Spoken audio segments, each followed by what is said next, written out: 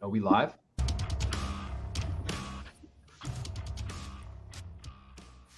The four Beardsmen of the Bookpocalypse.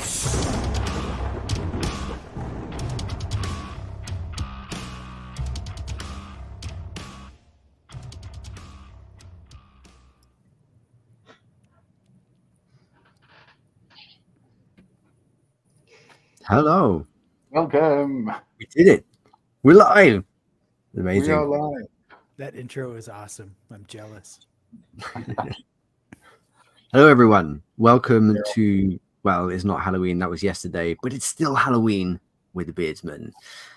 We have a lot in store for you tonight.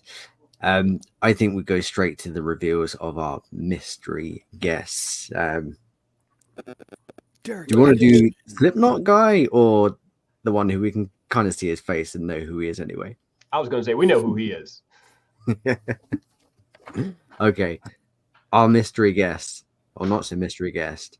If Joe Abercrombie is the Lord of Grimdark, this guy is the Baron of Grimdark. He is the author of The Obsidian Path, Manifest Delusions, and The City of Sacrifice. And the most terrifying one of all, Cat and Pig, The Apple Tree Adventure. Co-host of the Dripping Bucket podcast, Michael R. Fletcher, is with us today. Hi, Michael.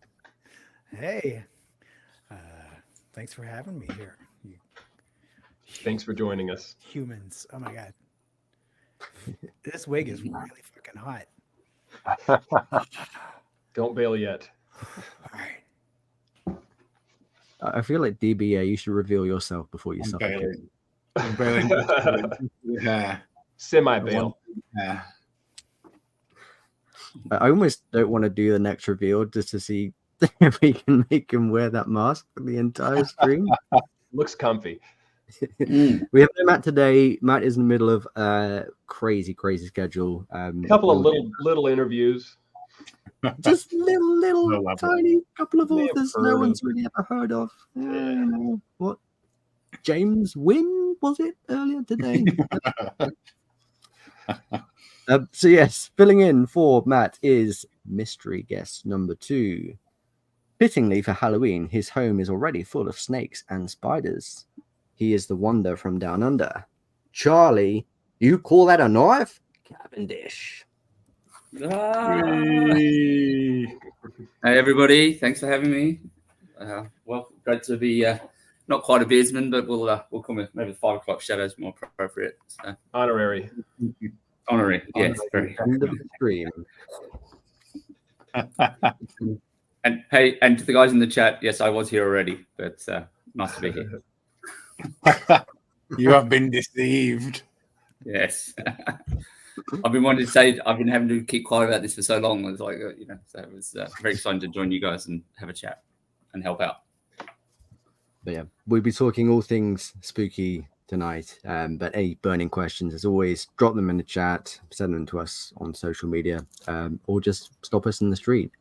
Anything from Michael, anything from Charlie you want to know. But we do have a live sacrifice coming up as well. Oh, that's true. Do hope it's not me. I hope we're still doing the live sacrifice, or I'm not just dropping We're the still doing the live sacrifice. Oh, yes. There are signs. Yeah. It's the only way to get him in. I think it's appropriate. We just had Halloween, scary time. I think we can go around the panel and ask, what scares you as an author and as a reader of sci-fi, fantasy, horror? And let's start with our first reveal. And Michael. What scares me? You know, a drop in book sales is terrifying. You look at your Amazon page and you can see your numbers starting to dwindle, and you think, "Fuck." You start sort of reconsidering your career choices and whatnot. That's it's fucking terrifying. Like, maybe I shouldn't have bought that sandwich.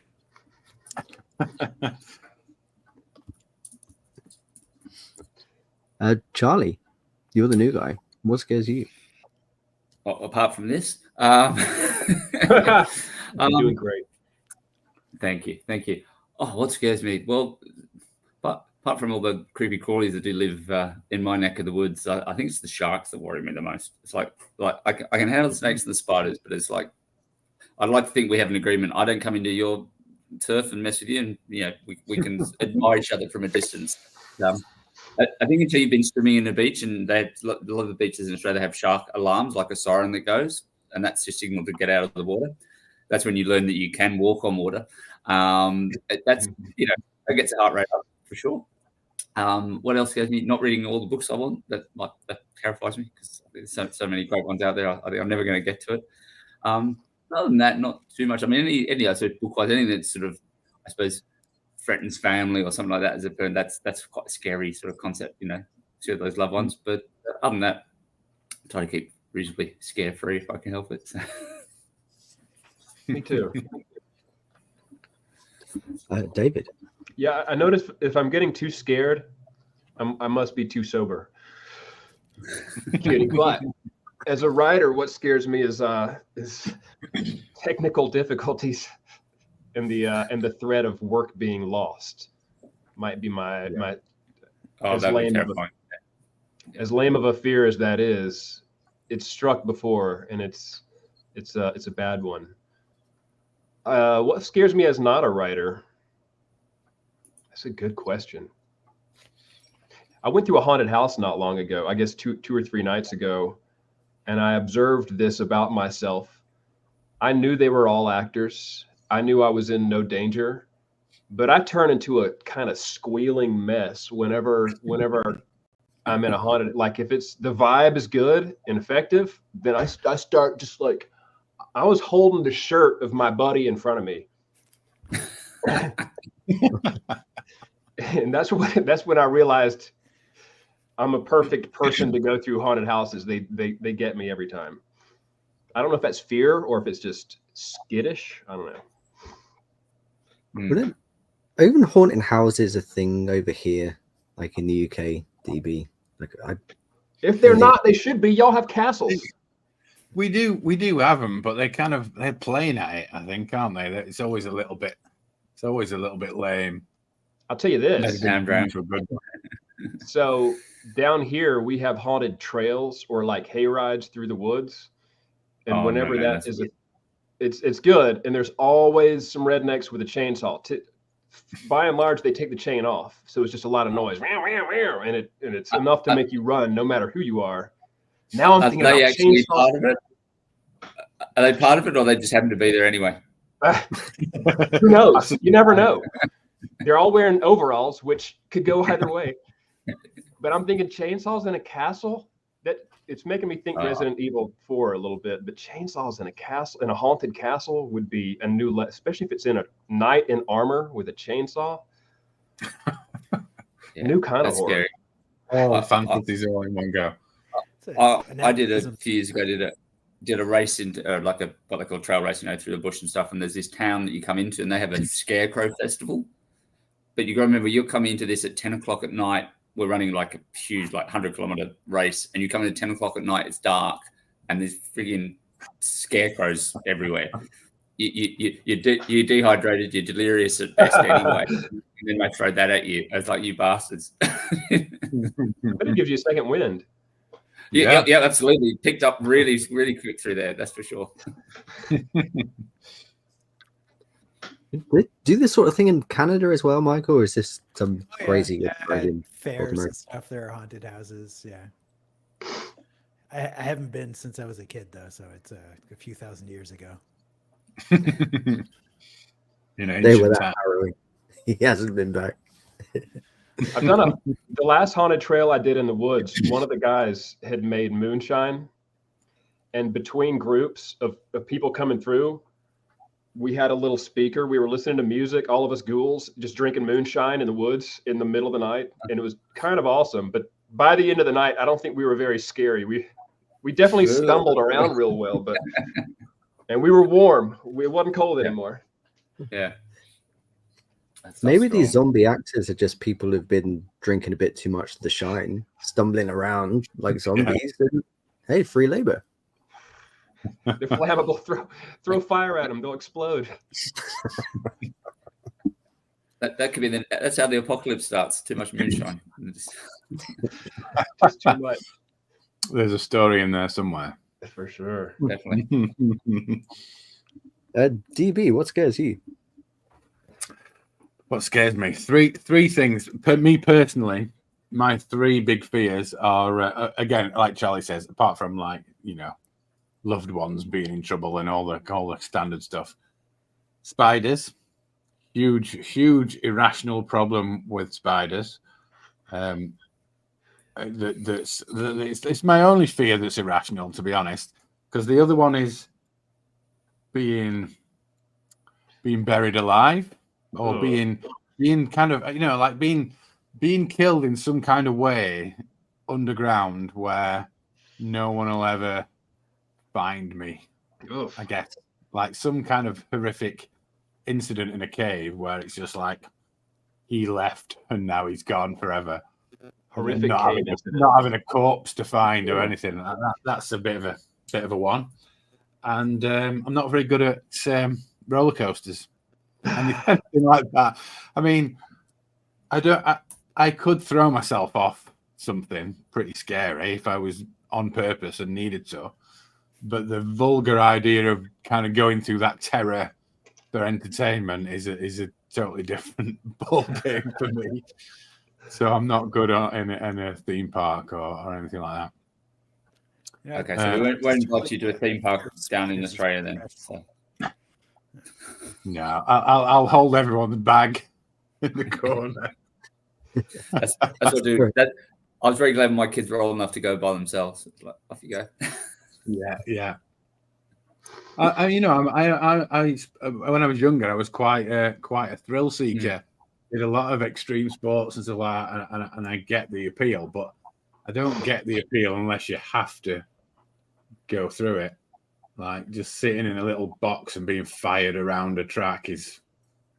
It's the box. It's the restraints that get me. It's the you get in there and then for like 15 or 20 seconds or longer, you're like squeezed so tight you can hardly. I might be a little claustrophobic, but that's what gets me about roller coasters. Yeah, being squished. Yeah. Man. Yeah. I mean, I remember this maybe isn't a scary story, but I don't mind roller coasters. I think they're pretty fun. But I was at SeaWorld once. I think I was 16. And I kind of got secondhand fear. There was a very obese man getting on, is it the Kraken roller coaster there? Big looping coaster. And this poor guy was so large he couldn't get the restraints down over himself. And this poor ass ride attendant had to be the one to go up to him and said, "Excuse me, sir, you are too large to ride this ride. I will have to ask you to leave." Oof. And rather than saying, "Okay, yeah, fine," this guy said, "Well, can I just hold on real tight?" Image of this guy holding on real tight and looping roller coaster. Well, that really freaked me out. Seems fine, sir. Go ahead. Hold Yeah. on. Oh, yeah. Got one extra waiver for you real quick. Sign this. Yeah. So what about you, Mr. Buckbeard? Shaving. Perfect. I absolutely cannot stand it. Terrifies me. I don't like spiders either. I don't like being alone. Like the sort of the scariest stories I can read are ones where someone is isolated in some way, because that brings out like this base level of fear in me that I just don't like. Especially if you're somewhere you don't know where you are, no one speaks the language, everything is weird and alien. Like waking up somewhere, that's really creepy. Good story ideas being flung out here. So. Right. I think the best story idea so far was knights in armor wielding chainsaws. That's all this podcast is. It's just struggling authors trying to find ideas. What about spiders in armor wielding chainsaws? Oh yes, armored spiders with chainsaws. But have y'all read Children of Time, Tom or Daryl? Mike, Oh, you yeah. have? No. That made me love spiders. I started jumping spiders, the Portia, whatever species, or fantastic book. So good. Series. Yeah. But if you're not into spiders, by God, I don't know if that would either fix you or make it way worse. Yeah. I mean, I'm fascinated. They're incredible, but they do just trigger something primal. My wife has an irrational fear of snakes, and I did not understand irrational fears until her. I thought I could maybe joke and, win her over. Snakes and spiders seem like entirely rational fears to me. These are I'd agree. Worth being afraid of. What the fuck? What makes it irrational? I've been in the car with my wife. She's better, but I've been in the car with her going down the road, and we run over a deceased snake. And I don't mean just deceased. I mean, there's just a couple of bones exposed. It's so dead. And I bet she can hear me. And she like squeals and picks her feet up off the floorboard because she is sure it's going to climb in through it's going to come to life, or not, which is worse, climb in through the vent and get into the car with us. Like I said, she's better than she was then because we've got boys and they're not scared at all of snakes. So she kind of sort of had no choice. But undead snakes, I like it. That's exactly what I was going to say. We got some story ideas today. Undead snakes on the plane. It's just a think tank. Absolutely, I think zombie snake. Add some zombie snakes into that castle, and I think the story going. I mean, the thing is, snakes in the UK, and DB will back me up on this. Yeah. Snakes here are largely shit. I was going to say that you guys should be scared of snakes. Because you got nothing that can hurt you. Snakes exactly. You see a snake, it's just an oversized worm, and that's that. We got a good variety of snakes and venomous snakes down here, but nothing like what I'm sure Charlie has, like literally in his yard right now. It is ridiculous. It's something like the 6 of the top 10 most venomous snakes in the world. Like 7 of them live in Australia. It's like, what did Australia do to deserve it? It's like, thankfully, hard work. Yeah, I think so. Thankfully, most of the really nasty ones are like they're not around where people are generally, so it's pretty low risk. But you got some nasty ones. You've got these taipans that live up in Queensland, like the tropical area, and they chase you. They're so aggressive that they will chase after you. They're so aggressive. My wife can't hear this. I hope she's not watching this. Yeah. So like most snakes generally, if you see, I don't know if I've seen running that if they hear noise, that they'll generally, unless you tread right on top of them, they'll scamper off. Yeah, they're scared. They're pretty scared of you. It's different. But these taipan ones have just badass attitude motherfuckers, shall we say, and they will chase you. Not if you're just walking past them. I don't think they're just sitting there waiting, going, "Oh yeah, great, let's go for this guy." Smoking a cigarette. If you disturb them or they're threatened or that sort of thing. Yeah, that's it. So they've got the mentality of a wasp, basically, in the body of a snake. Basically, but the venom that sort of they can back it up. Mike, what kind of venomous snakes are up there? The only kind of dangerous one we have, I think, is the Massasauga rattler. It's a rattlesnake, a little farther north than where I'm at, so not exactly a huge problem. We've got a few poisonous spiders, black widows, and the like, but again, really, anywhere civilized, it's not an issue. It's not like Australia where Yeah, well, that's it. The snakes not too much, but you do get like in Sydney, for instance, you do get the spiders. Not a lot, but you can get the nasty ones. Sort of, get like one called a redback, which is quite bad, and a funnel web, which is they're aggressive little bastards. But then also we get I posted a picture on the Fanfighter chat Reddit. You get these big huntsmen, which aren't poisonous, but they look terrifying. Oh they can't hurt you. But you get those in the house quite frequently. So I saw my first huntsman spider when I was picking fruit on a farm somewhere just on the edge of the outback. Nice, yeah. And the bathroom, in quotes, the bathroom was outside this little wooden shed. Outhouse. Yep. And I went out and I sat down, and I'm kind of like. Biggest fucking spider I've ever seen by far. Yeah, it literally scared the shit out of you. It's big enough you can see its expression. It's like looking at me, and I'm like, "Yeah, I'm done. I'm out." Oh man. Oh my god! Well, you There's just a got to little be more- careful there, Mike, because under the redbacks, which are quite small ones, and that one of the places they like to live is under the toilet Yeah. seats of those outdoor Yeah, things. I So got quite a lot worried of people about do that. get bitten down there, shall we say? Yeah. So if for some reason I had to move to Australia, I think I'd need a flamethrower before I go in. That's right. You come down. Come down. We'll look after you, mate. Don't worry. It's all good. Nice. It's all good. Jesus. I'm that's so traumatized. The fact you mentioned two separate animals, Charlie, that are aggressive bastards. Why is all the animals in your country have to be so fucking aggressive? Well, it's balanced by but then you get the cute ones. You get your koalas and your kangaroos and wombats, and they're just mosey along pretty. Sometimes the kangaroos can get aggressive, but I was going to ask about kangaroos. Yeah, I was like, those are essentially deer that can box, right? Well, the big ones, like the ones you see on the videos that take people thing are the what they call the big red ones. So they're quite big. They're the guys that you see the buff sort of sort of ones. Yeah. But what they tend to do is not most of the boxers, they get up and they kick with their feet, and they've got quite big claws. So that's how they sort of fight each other. So occasionally you get that, but you're pretty unlucky to get, attacked by kangaroo. Generally, they'd be running away. So that's pretty low risk. There's an amazing video of a kangaroo. It's got that guy's dog, and the bloke just walks up, punches it in the face. I think that's it. Video. Yeah, I think that's equivalent of equivalent of a redneck sort of going after the kangaroo with his dog back.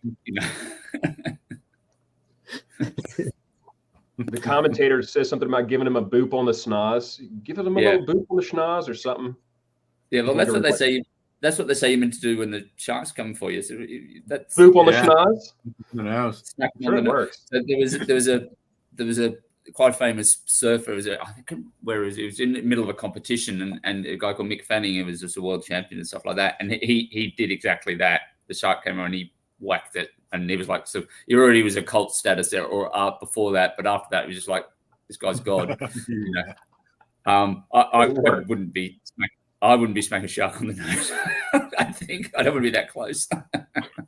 See, that's where the rationality comes, because not that I could fight a shark or that I'm not scared of sharks, but I'm not irrationally scared of sharks.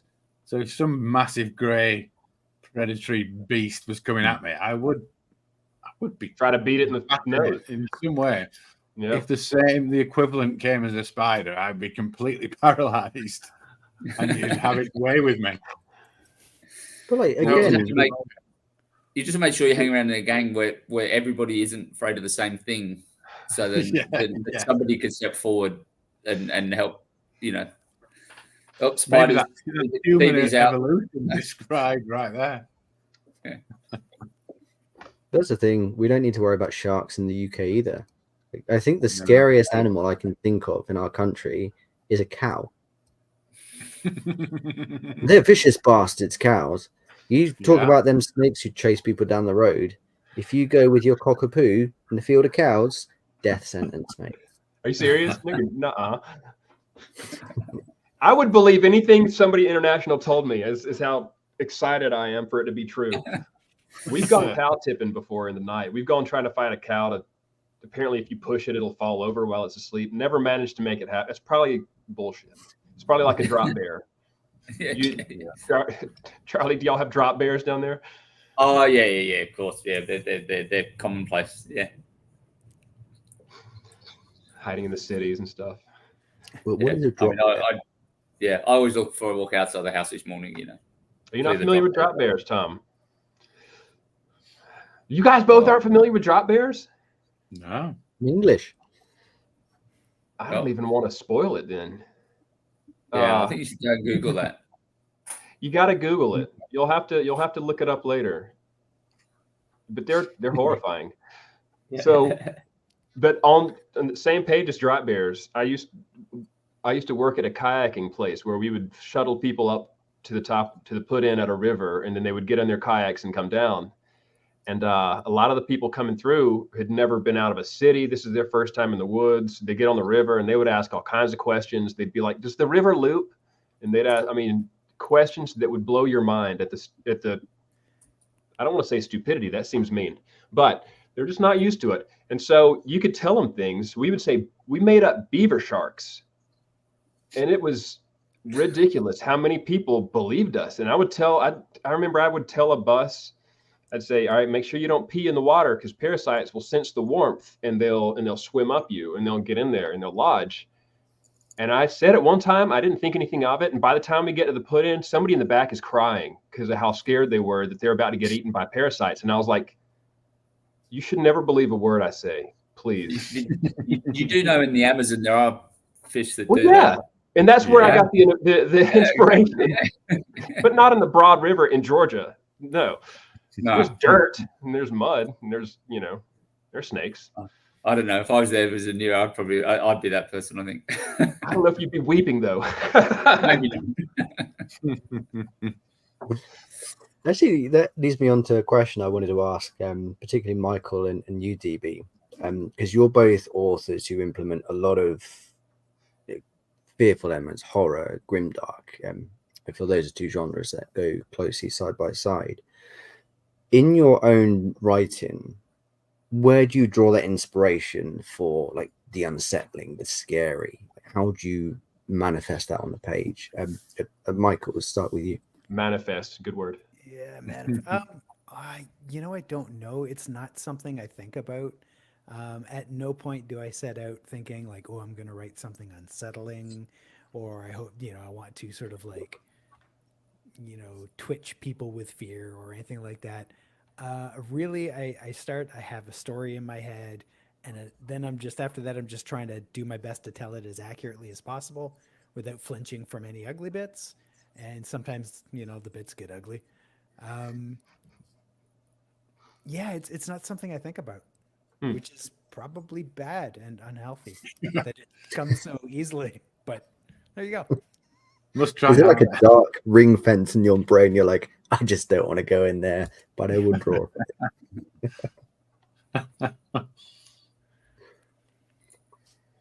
Yeah, DB. So it's weird because I never realized until I started thinking about this very question of what scares me. I never realized that I put spiders and being buried alive in my debut novel. I was going to say.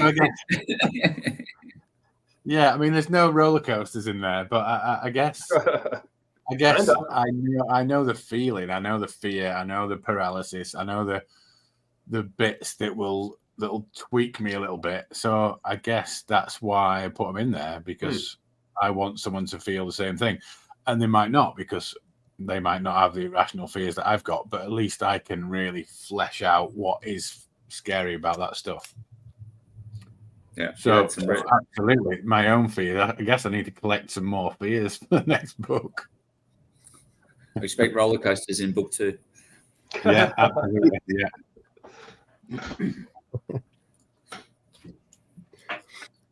What about you, David? Because you're not a horror writer. You're the more epic fantasy style. But what's your take on writing the unsettling, just as a writer? I'd love to try it. So my very first novel that I have unpublished, I don't think that I necessarily tapped into any of my own horrors, but I did make some sections that were specifically to be unsettling or to be frightening. It's not what you would call grimdark, but it is about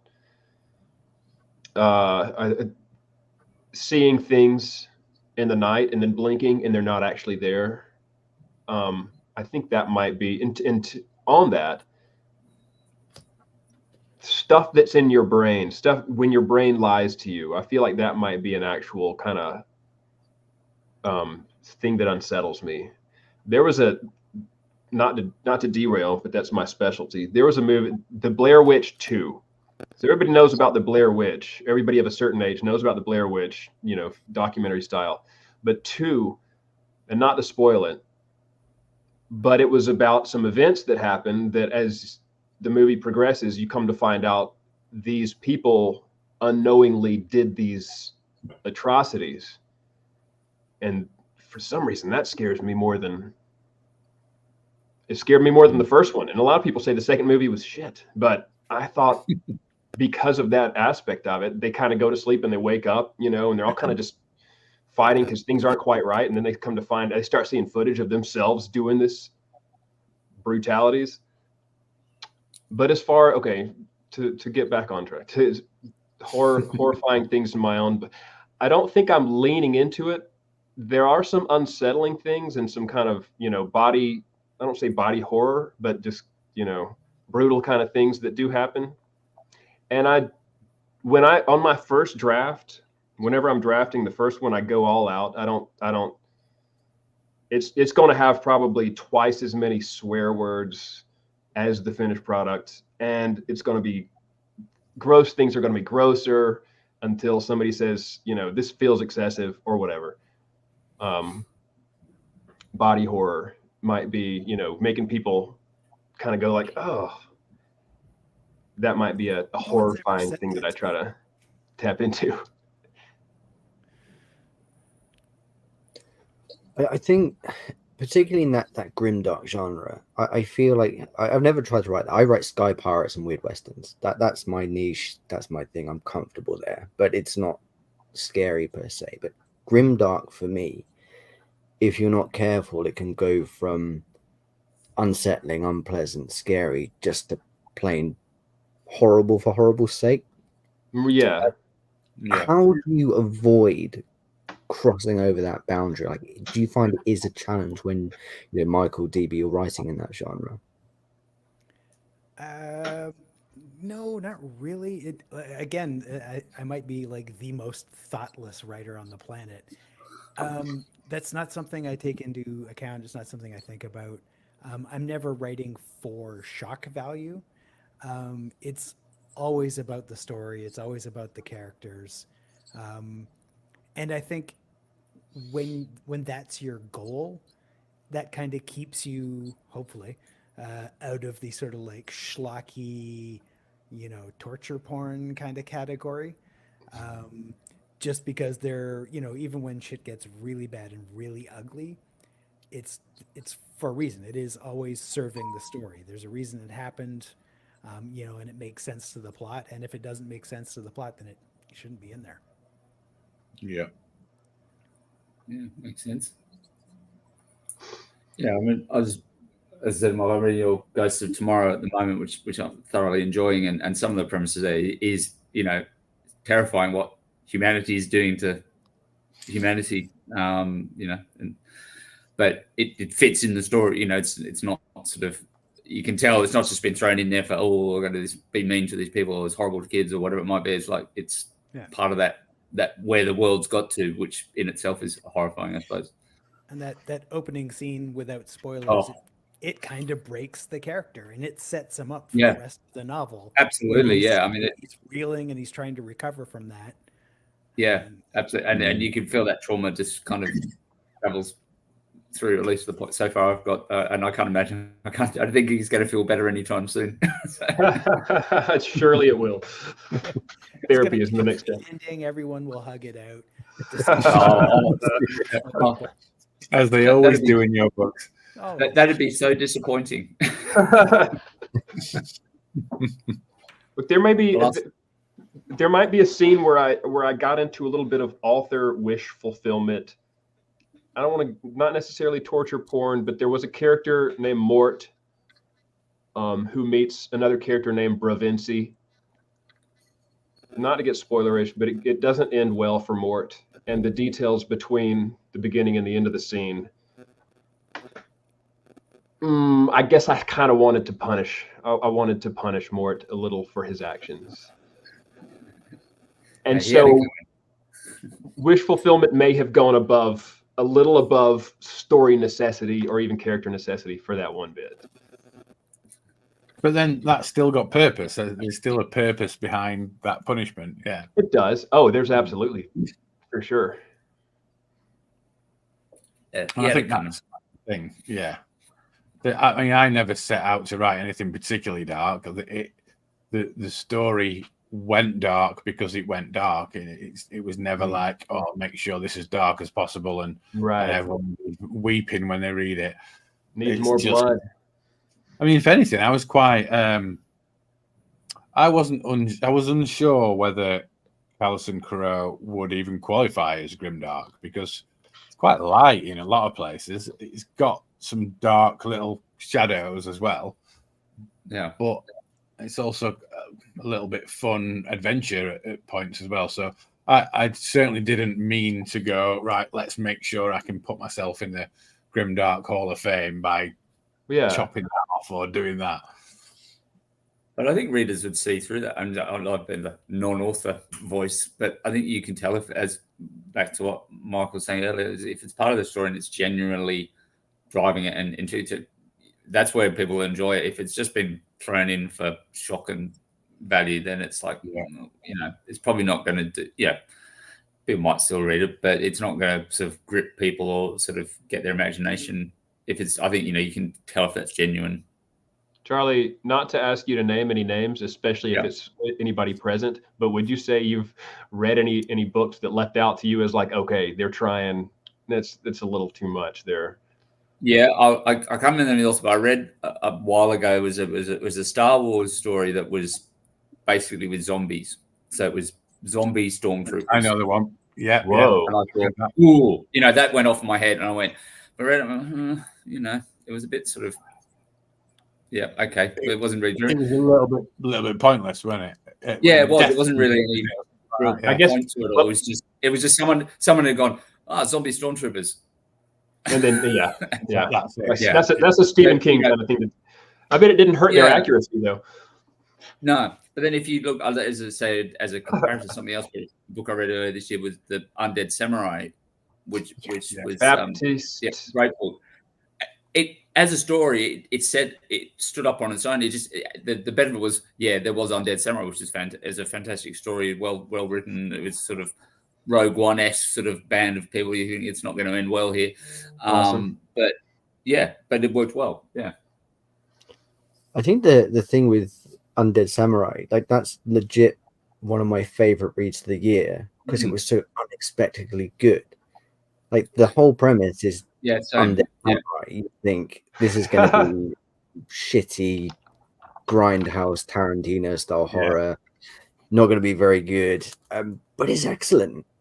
And the most unsettling thing, no spoilers, but the way the dead are reanimated is by this magical drum, and the author Baptiste Vincent Wu, just such good effect, just him describing a drum being struck in the distance, and then you just think, oh shit, that's awesome. There'll be several pages later, a horde of undead samurai suddenly appear. That's very cool. It's a brutal book, but it is absolutely astounding. I think now they had Tom the same thing. I still got on. Okay, well, we'll give it a go. But it wasn't. It was actually the first book I read of his, so I didn't really have anything to go on. But it was definitely going to be up in my top 10 of the year, I'd say. Yeah. I know he's got a infatuation with, or at least a deep interest in the Three Kingdoms era of China. Like, I don't know what year it is, and that's something I'm a little bit obsessed with too, just because of video game, just Dynasty Warriors. His first series is set there, I think, isn't it? He's got 3 or 4 books. I've not read it, but I know I need to. I've got it somewhere. I've got to load it up. Yellow Sky Revolt. Yellow Sky. That's the one. Yeah, dude. I was just gonna look it up, but that's the one. And he's breaking into the Vikings. Blood of Midgard is his next book. Is that right? Yeah, he's got range, doesn't he? Well, he does. I think from I'd say I think he's written a lot of these already. Like he's got a lots of lined up, and he's then to release them. So, but Blood of Midgard, and there's Beasts of. So there's a sequel coming out in about 2 weeks' time, I think. But Blood of Midgard was interesting because it was almost written from the sort of the foot soldiers of Valhalla. It's from there. So these are these warriors that get sent down to Earth to recruit effectively for Valhalla. So they go down and sort of kick things off to set battles up to gather the dead and send them back to Valhalla. And it's almost like the gods of the upper management, and I won't sort of give away the rest of the story, but it's quite interesting thing. They've got to swallow Odin's fingernail to get back up to Valhalla when they die, or they don't get back up. So it's quite interesting view. Yeah. This actually leads me to a question I wanted to ask all of you. We were talking about particular scenes that jump out and are unsettling or scary. It can be like the early scene of trauma in your book, Michael. It can be Mort getting punished perhaps a little bit more than is necessary. In your one, David, it's the sound of the drum from far away in Undead Samurai. It's been buried underground, then pushed down a roller coaster for DB. What are some of those scenes from a book that left a horrifying impression with each of you? I got one immediately. There's a short story collection called Haunted by Chuck, the author of Fight Club. Wendig. Yeah. No, not Wendig. Not Different. Wendig. It starts with a Alan P. Eric. That, yes. Okay. I did not read all of them because that's where I realized that I don't have a good stomach for this kind of thing.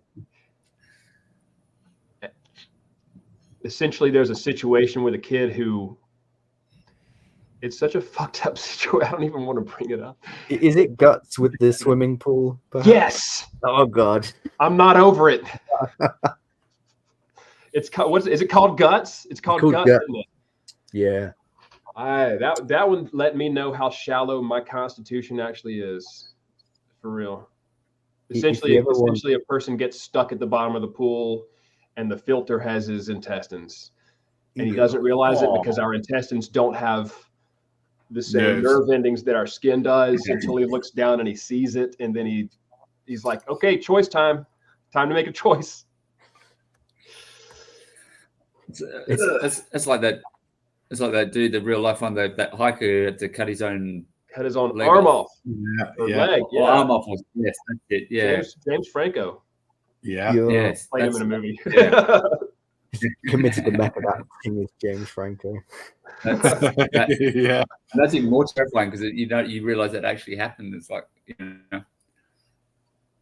Yeah. But that's a brilliant scene. I don't know if you remember that scene from in the original Mad Max, and he locks the guy up, he got a petrol can with a lighter or a candle or something like that burning, and then he chucks him a hacksaw and says, "Make your choice," effectively. Yeah. And then walks off. Yeah. And then the big petrol bomb goes off. That was, not horrifying, but it's pretty pretty badass. So. Memorable. Yeah, before Mel Gibson became problematic. So. Yeah. Got to separate that art from that artist. Impressive beard, though, I will say. Yeah.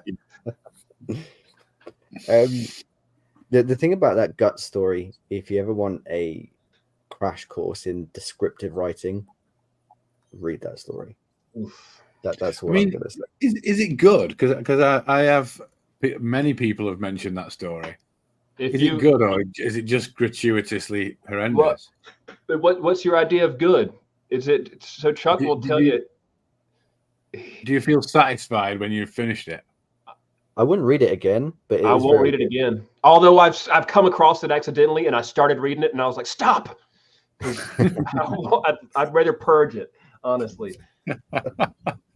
Guys, and the ending is awful. Is it good? Yes, because it's effective. It does what I'm sure he wants it to do, and so yes, it is good. Yeah. That's now. Is that what the author set out to do? Hell yeah! He's a little fucked up in the head, I think. Anyway, you think? A little. It's just the way he writes it in a sort of semi-autobiographical way, which I think is the most disturbing. There's so much like he interjects enough scientific realism to where you just buy it, Definitely.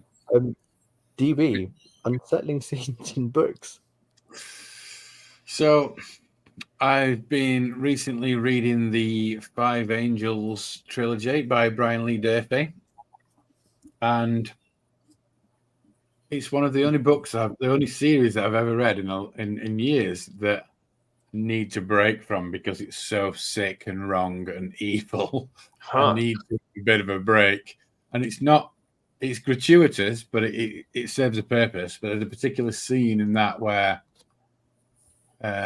without spoiling anything, there's a particular character who ends up without limbs, shall we say, limbless character, but still alive, and it's not even the act of the kind of the torture and the limb chopping. It's the callous sort of laughter of the villains that do it. So it's literally like they are soulless monsters that ruin this guy's body but keep him alive. And that's kind of haunted me a little bit. And I started reading the next book and I was enjoying it, but then I started to feel a little bit saturated with thick evil and thought I need a little bit of a break, and I'll come back to that. But it's amazing. It's an amazing series, very epic, very dark, very everything you want from an epic series. But yeah, for me, a little bit too dark, so I need to have a break. I think that's a sign of a good book, though, when you just need to put it down. Yeah, I'd agree. Yeah, suggest it. It's like when in Friends, Joey puts The Shining in the fridge because it gets too scary. In the fridge. There's a bit in Friends where whenever Joey reads a scary book and it gets too much, he puts the book in the fridge until he feels better and can read it again. Nice. Is that like a benchmark we all need to aspire to get in Joey's fridge? Joey's fridge. Gosh, that'd be Mike nice. was definitely Joey's fridge worthy. Get like a sticker on your front cover. Yeah. Of a fridge. Yeah. Mike, what about you? I'm not sure if I'm callous or, jaded. The horror and fiction tends not to sort of hit me on an emotional level. But I read a lot of history just for like ideas and background research for world building stuff. And the last one I read was or a couple of them, Bloodlands, which is genocide during Stalinist Russia. Oof. And that one was so bad. I kind of was like, there's not even a plot. There's not like a story where you're like, oh yeah, and this makes sense. It's justified for the story. It's like, fuck me, like that's okay, and this actually happened. Yeah, not science fiction. Yeah. That stuff kind of hits me a lot. The history. What was the other one?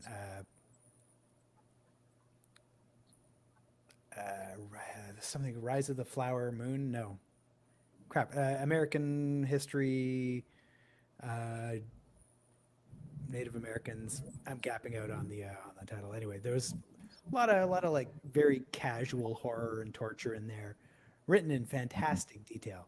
It was amazing research resource for the idea I was playing with at the time. But goddamn, It was history also.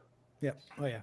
You made me think of that scene in Lonesome Dove, and I know that's not history, alternate history or historical fiction or whatever, where there's a guy who gets scalped, and the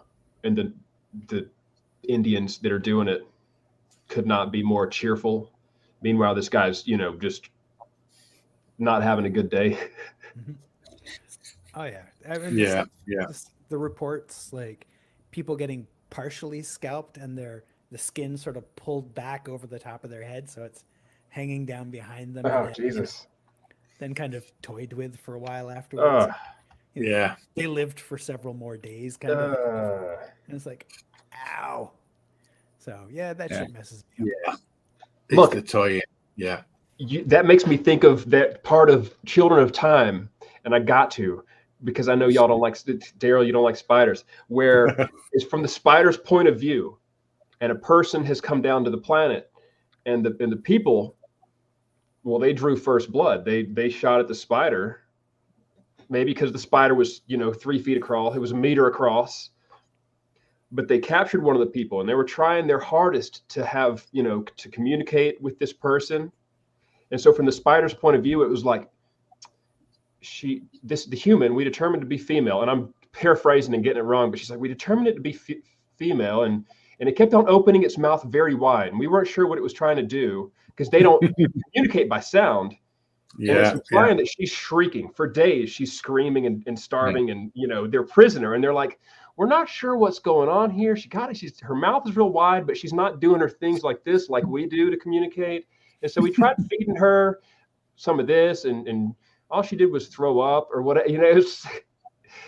It was from the torturer's point of view, who don't even realize they're torturing, and this person starves to death on their watch or whatever. It was so funny. Yeah. Okay. Well, I'm looking forward to that. Sounds like a cozy masterpiece. It's so. I read it twice back to back, dude. I love the spider part so much. Yeah, that was. They do end up in armor, by the way, and in orbit. Hands down, best science fiction novel I've read in the last decade or longer. Fantastic. And it makes sense. Well, I mean, in a science fiction way. Yeah. Who wrote that? Adrian Tchaikovsky. Oh yes. I was going to say. He goes all out. I know he's got a spider thing. Yeah. hence DB hasn't checked it out yet. Yeah. I'm curious if you do. I'd love to hear your thoughts. I'd be interested to see if it's good enough to make me turn into a little girl. It's so epic, man. The battles that eventually, and I don't want to spoil it. I've already said spoilery things. No, definitely. I'm looking forward to it. Sorry, I just need to send a message. What about you, Charlie? What's like the most horrifying impression you've got from a book? Oh goodness, that's a good question. Not just because it's present in my mind. I think, as Mark said, that opening scene in sort of Ghost of Tomorrow, it's very brutal, but it makes you see the context of the story, but it is very bang. Okay, I wasn't expecting this, and I can't give too much away, but it is a sort of, I think it strikes to, particularly if you're a parent, and just if you're human, I think to go and see that scene that just of such devastation, and then having to deal with that in real time. So the character, without give away, the character doesn't really get a chance to be able to process this because they're on to the next task that they need to be dealing with. So that certainly struck me as pretty terrifying. But I think also I read recently, it's not out yet, it's Grave of the Waiting by Joshua. What's Joshua's surname? Hold on, blank. It'll come back to me. And that sort of focuses on sort of humanity and virtual, sort of consciousness being uploaded, and that sort of isolation, and that touches a little bit on what you said, Tom, about being on your own, is that sort of that loss of humanity and just sort of living on, but at what cost? And that's pretty, gives you a bit of a pause for thought. Technology is advancing, and think, well, at what point does that sort of drive to survive crossover from, and at the cost of your humanity? I think there's a few books that Ghost of Tomorrow touches on that. I think there's a few. Just coincidentally, I've read a couple with that theme, not intentionally, just fairly recently. So that's probably why it's fresh in my mind. And I think that can be absolutely terrifying. Live forever, but at what cost? And maybe that's more terrifying than not living forever. Yeah, there's lots of like near future sci-fi stuff at the moment where there's this really like depressingly accurate technology. Yes, exactly as you described, and that does unsettle me when I read it. Like anything where I think we're kind of already there, just a little bit further away. That's what freaks me out. Yeah, Black Mirror does good at coming up with situations that are brain fucks, like the whole a device that can make you feel like you are imprisoned for 10,000 years in a moment type stuff, and then you snap out of it. Then they crank it up to like 1 million years right at the end, didn't they? Spoiler. I'm assuming that doesn't end well. I don't remember any of those ending well. No, Not a lot of I them. think it wouldn't be on brand, would it? Although a lot of the technology I would love to come around, like where you can mute a person in real life, and then if they actually come to speak to you in real life, you can't hear them and their face is like pixelated out. Oh, I would absolutely do that to certain people. Yeah. Just not be able to hear them or see them. Yeah, that sounds pretty useful. There's a book I read. Has anyone read The 10% Thief by Lavanya Lakshminarayan? No, I've heard of it. I haven't read it yet. No. That's like very much an episode of Black Mirror. The most unsettling sort of near sci-fi moment in that book was they developed this like emoji technology where it's kind of like augmented reality where communication is replaced with emojis. So like my face would turn into a laughing emoji or a crying emoji, and that's just the way people communicate. It's just so fucking dark and creepy. I was like, we basically chat that way anyway. Like emojis are in every conversation, every WhatsApp thread. You can't really get away with not putting a safety wink in a message anymore when you text someone. As an old person, that drives me fucking crazy. It's like, express yourself clearly. Shit pisses me off. Don't LOL to tell me that it was a fucking joke. I'm either a moron and I can't tell, or you're not expressing yourself clearly. So, you know. Yeah.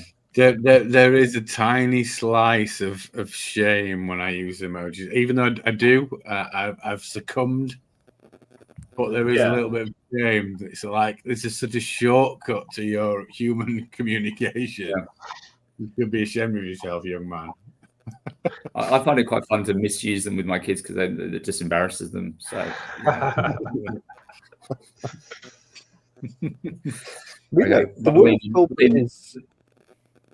There was this Discord, like you post something and everyone's expected to just react to your post. I don't know what a single one of those fucking things. On Discord, it'll have 75 reactions, all of a different tiny little image.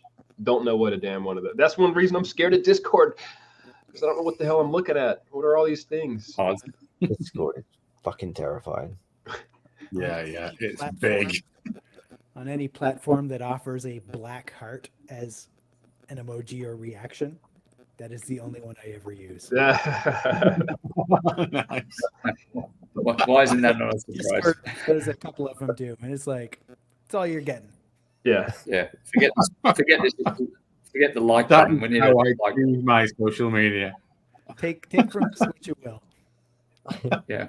If you really want to fuck with someone, just stick to the black heart, then just once do a red heart. And then people are like, whoa! What does this mean? He's been hacked. He's been hacked. He's been hacked.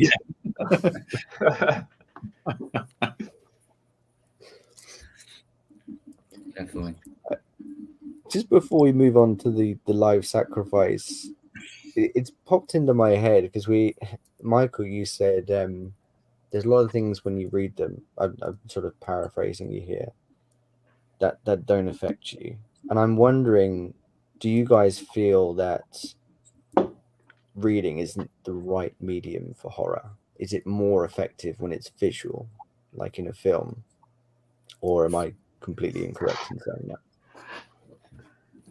I personally, I love horror books more than movies. Horror movies, they tend to be silly. It's so rare that one is done really well. But horror novels, yeah, I love them. I think the whole horror genre in books or films is a little bit. For me, it's a little bit like black metal. There's like billions and billions of bands out there doing the same stuff. How do you find the gems amongst all that stuff? Yeah. And horror is just there's just so much horror being churned out that I probably wouldn't do it for me. But I don't know how to find the stuff that would. That's tough because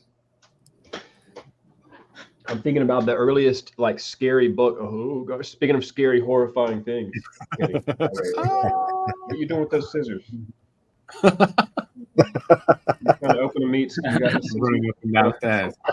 how appropriate. Let me just. Well, I see what he's doing. Yeah, he does have scissors. Almost playing the scissors come out. Hey, I'm Daddy. scissors up here. There you go. There's a beef stick. Yeah, I think as a parent, your kid just there smiling with a pair of scissors. Showing up That with is- scissors. Bro, I've had some. So I have like when the kids were younger, I've woken up before. I guess I heard them, and I've come out of the bedroom, looked down the hall, and more than once I've had one of my kids, 2 or 3 feet tall, you know, or a meter tall, with their back at the end of this dark hallway with their back to me, and I'm like, Simon, and he walks into the darkness, not sleepwalking. I don't know what. I don't remember what the context was.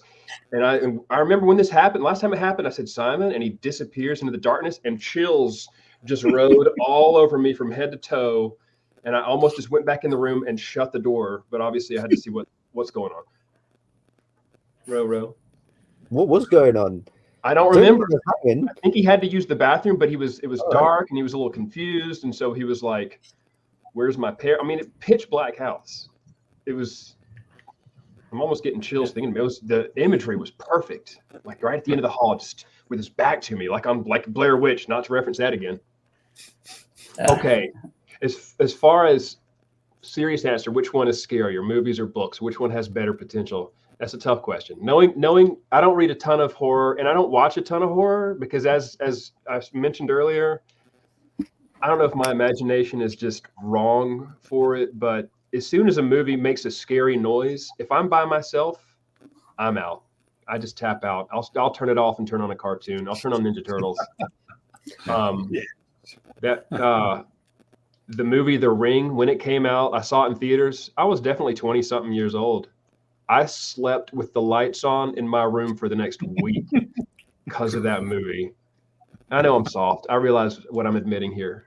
But then as far as books go, when I was a kid, I read scary stories to tell in the dark. Y'all familiar with those? With those like pencil sketches of this, and the sketches don't help. This made it worse.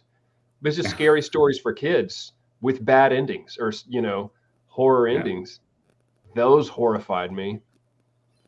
And again, that haunted story by Chuck. You like this wig, bro? I mean, my new hair. Do you like my new hair? So I don't have a definitive answer because I don't expose myself to enough horror because I'm too soft. Don't pull it too hard. Yeah, I think I'm a bit the same. I read a lot of horror when I was younger. So probably started with Stephen King, like a lot of people did. But he's been demoted. Oh, some Stephen King has scarred me a little bit. Yeah, like some of those scenes in It, like not the movie, forget the movie, but in the book, that's pretty scary stuff. So, and even the Stand, I found, you know, it's a little bit dated, but that sort of breakdown of society and you know, I don't know if it was wise or not, but at the start of COVID with lockdown, I decided to reread The Stand. It probably wasn't the right book for the time. Oh yeah, maybe not. I don't think I'm gonna get this wig right again. No, that's good. It's a good look. He had a book called, and they made it into a movie. Dreamweaver or Dreamcatcher. Yes, Dreamcatcher. Yeah, it was about these weasels that would get in your guts, and they had razor teeth. Bro, I don't know if this is material for you to listen to. But they would get in they would control you though. They would like kind of take over your body. That's right. Like some parasite type. Some kind of parasite, but that was very disturbing. It wasn't. I don't know that it scarred me, but I can still remember a lot of details. Yeah, so some of those ones. So I think the books. I mean, not that. I think the books probably be scary because it forces you to use your imagination a bit. Whereas, as Michael said, that maybe that's Then that was the appeal. That was the appeal to like Texas Chainsaw Massacre and the movies back in those days. You had to imagine. They didn't show you the blood splattering all over the place. You had to. Your imagination filled it out. Yeah, I think that is the key. Like the moment, it doesn't matter if it's a film or a book. When it makes you use your imagination, it's so much more scary than a jump scare, or like we were talking about, just that overly elaborate, in your face, look how horrible this is. Yeah. Absolutely. Yeah. I'd say so. And, Wait, and I just realized we've neglected a medium. What's that? Going full nerd here. Video games. Scariest. Oh, I am terrible at scary games. That's my worst sort of state of being that I can imagine. I'm terrible. I can't shoot straight. I can't concentrate. I'm an absolute sucker for all the horror in a horror game. Me too. And now, especially when they make the survival horror that is, you don't even have a weapon. It's just you against the whatever. I forgot. I think there's one called Outlast. I couldn't play it, but yeah. There was a shooter called Fear, Fear. Yeah. And I remember there was one. I played it in college, and there was one point during that game, because it's the classic, haunted-looking ghost, ringed-looking, long black hair, and she kind of teleports, and she's horrifying. She's like a little girl, isn't she? Yeah. Little girl, yeah. And something she did. I remember I threw the controller. I was in my dorm room. I threw the controller. I left the room, and I didn't come back for a couple of hours. I couldn't go back in there. Not until my roommate got done with class or whatever. Hey, Mama, I think you might be in the periphery right now. I think the scariest video game moment for me is when you're playing the original Sonic game, you're underwater, and then your time is oh no. It's the worst. That's nerve-wracking for sure. That'll tap into your fear of being buried alive, DB. Very crushed by the blue doom. Yeah, that's it. But it is terrifying. If you've ever been in water and having to hold your breath, that's sort of. I remember as a young kid having a younger kid panic, swim behind me in panic and grab me, and then suddenly you're going under.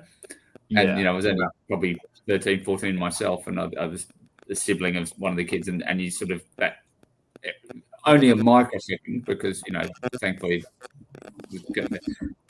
but that visceral sort of panic. Yeah, dude. Right, I think that's the real craft of writing that horror genre. I feel like a book is the best way with the language you can use, the fact that you have the reader's undivided attention. I think that can be the scariest.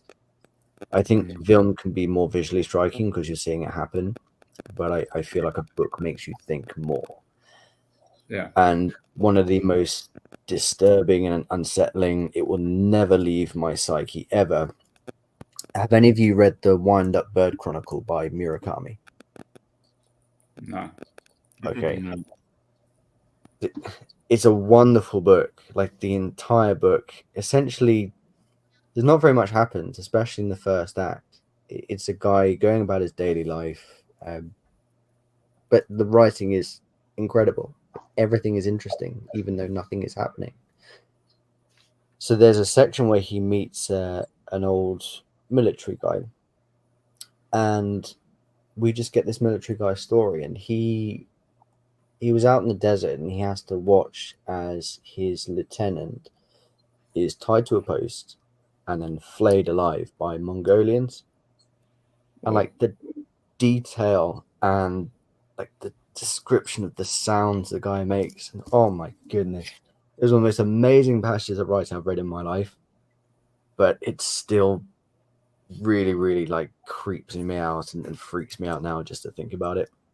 And that was one of those books I had to put the book down. I'd leave it for a day. I reread the same passage, put it away for another day. This is one of the most incredible things, one of the most disturbing things I've ever read. The problem with being that from the movie. The problem with being an author is you read something like that, and then you're like, okay, I need to read it. I need to figure out how to do this. I got to read it. Yeah. I got to get back in this again. Got to desensitize myself and learn how he did this. Yeah. Or you're Michael, you just write and go. Or you're Michael, and it comes natural, and it doesn't bother you. It flows from the finger. So actually, you reminded me what I found really. Oh, sorry, go ahead. No, I was just gonna say, speaking of horror, like Clayton and I have just finished a horror novel. Clayton's God. sister. Wow. So You too? it's That's scary. fucked up. So we just first draft is done just like this last week. Literally finished first Oh, wow. draft. of Exciting. this. Awesome. And yeah, really excited about this. I think it's gonna. Have you read some of both of your works? I can only imagine. Yeah. See, It's like I cross the wanted to- streams. Cross the streams. I wanted to ask Yeah. about, like, how did that project come about? Because I mean, Clayton Snyder's Cold West is awesome. Yeah. That's such a good book. So I can only imagine you and Clayton working together. It's like on another level. Yeah, I had this. I had the idea for the story. Basically, it takes place in Long Island Memorial Hospital. The whole book takes place over one night. Oh gosh. And I don't want to go into any details, but it's a 2-character story. And so I approached Clayton and said, "Do you want to write this character?" And Clayton, being unwise and not good at making intelligent decisions, said, "Yeah, fuck yeah, I'm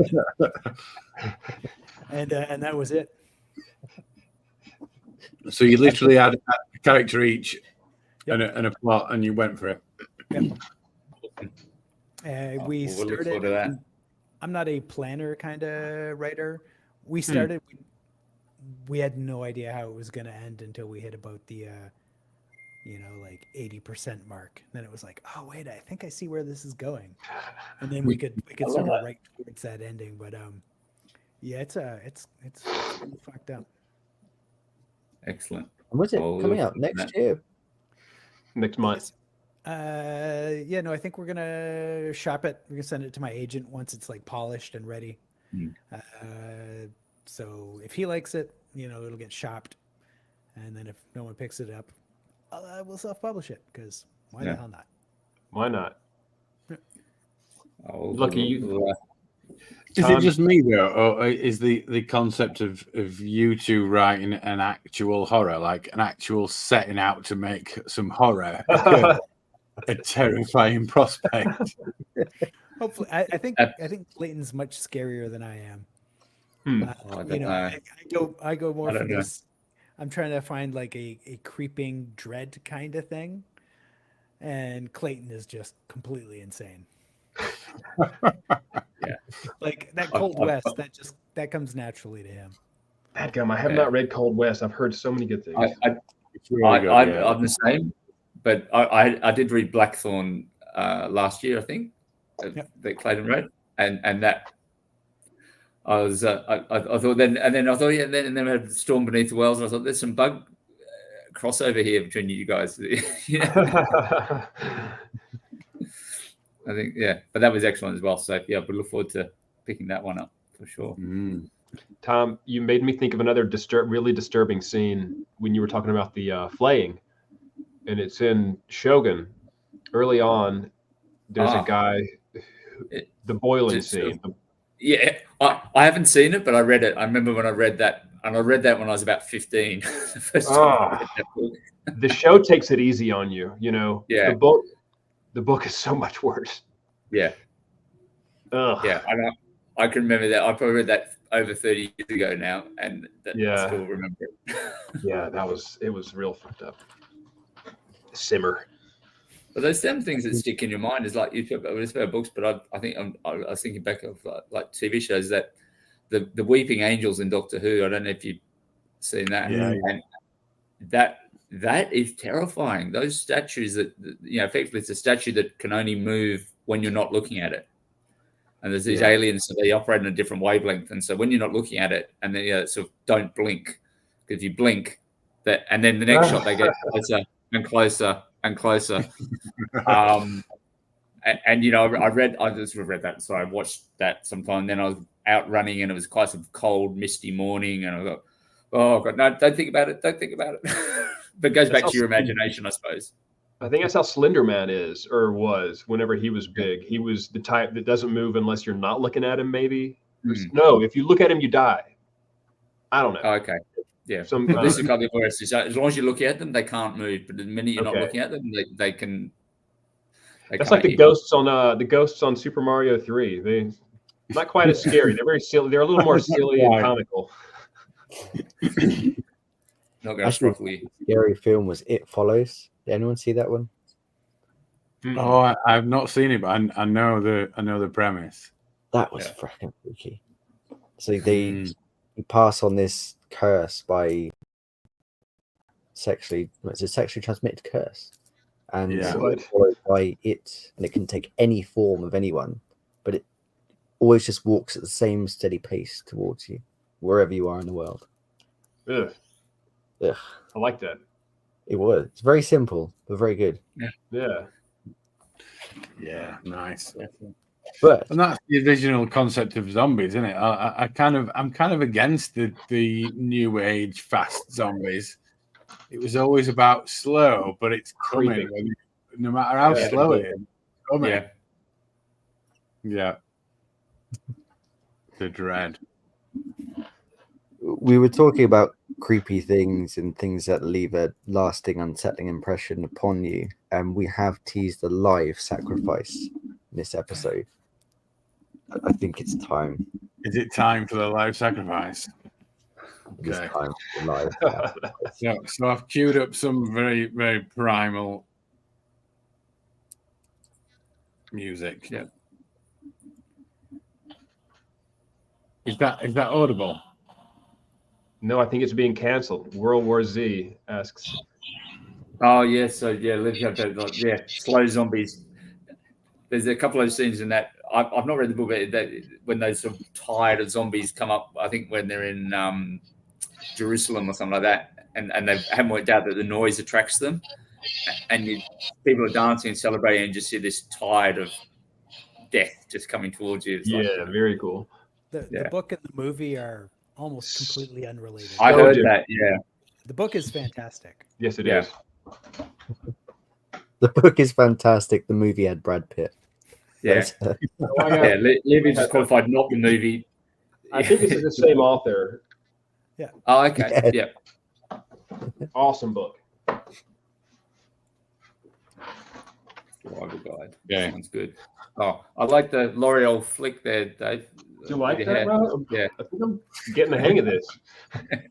Daryl, I don't know if the music is gonna. I think our mics are too smart, and it's canceling that music. Did you not hear any of that? Just kind of made your mic a little distorted. I'll forget the. But there is funeral music available by a band called Candlemass that I adore. I've heard it. But we can't play it. But there we go. So you may have noticed I'm wearing my ceremonial braid. Let me see if I can get a bit closer for the live sacrifice. I did notice. This is going to really upset Tom, who has stated one of his fears is shaving. I'm going to release the evil from my chin live. There we go. That's going to go sacrifice. Ugh. Oh, I can hear it. Oh no! Oh, the horror! I sacrifice to the indie authors of the community. Blood and souls and hair for my Lord Ariak. Yeah. So Charlie, that'll be in the mail for you. Oh yay! I'll stick it on for the next episode. Yeah. Share and share alike. I'm really going as great as Jimmy. So yeah. Look, I got scissors. I got a beard. I'm not doing that. If I must. I didn't even know what to say. It was always the third beard I was growing for this podcast, and I kind of I've got two. I'm all right with my two. I was going to say, you still got a pretty. I got to say, you want to capture that sound bite because that sound of the scissors going was. Did you hear that? Oh, excellent. Yeah, definitely. Yeah. Tom's nightmare. We didn't hear the music, but we heard the worst sound. Yeah. Yeah, we've heard the sound. We've got the sound that'll terrify Tom now. Just play that. Yeah. I'm literally sat here too traumatized to close this show properly. So one of you guys is going to have to do it for me, I'm afraid. Gosh. That's all, folks. Thanks for coming. We sure are happy that y'all were able to, everyone who made it, who did, and who will watch this. We sure appreciate everybody. And we sure do appreciate Mike for coming. And Mike, Yes, it's been a pleasure. there's Yeah, a thank you million very much. questions that I would like to ask you, Mike, and they're all about music, and they're probably for a different podcast entirely, and guitars. I want to ask you one. Okay, yeah, sure. What's your favorite guitar that you own? I've got a Gibson Les Paul Voodoo. I bought back in, I think, 2001. I just recently had it reset up and tuned up, like frets filed and everything. Like, it's fucking perfect. Awesome. And strung with heavy gauge strings. Of course. It's drop D tuning the whole thing, D to D, and it's a beast. Standard down to D? Yeah, standard. Oh down yeah, to D, like all D to D, and I love that. It is such a great guitar. Sounds awesome. Yeah, it's my baby. But yeah, David, maybe we can have you on the Dripping Bucket sometime, and we'll piss off Crystal by just not talking about books. Yeah. By only talking, I'll get all my guitars in here. Yeah. That's all we'll talk about. I'd be happy. And Charlie, good to finally meet you and talk to you. Yeah, likewise. We've been working on Yeah, this it's been awesome. for a long Thanks. time. Thanks. Yeah, been looking forward to it, and hopefully you'll want to have me back sometime. So. Listen, we miss Matt. But Matt had a huge day today, and we wanted the show to go on, and so we made it happen. Yeah, absolutely. Yeah, been a lot of fun. Matt has and he's got another interview tonight with Scott Lynch, and I will catch it if I can. His Gwen interview was awesome. Absolutely. No, Pretty good. It's been a lot Well, of fun I hope everyone had a good second Halloween with us. We sure did. My Up extension. until about 10 minutes ago. Yeah. Oh man. Oh, that's Yeah, nice. all good. That was so much fun, guys. Thank you, Charlie. Thank you, Michael. It's been so much fun hanging out with you guys. Talking all things horror. Thanks. We'll see you all on the next Beardsmen podcast. We'll try and keep them as regular as we can. But until then, have a great night, and thank you for checking it out. Bye. Thank you. Bye-bye.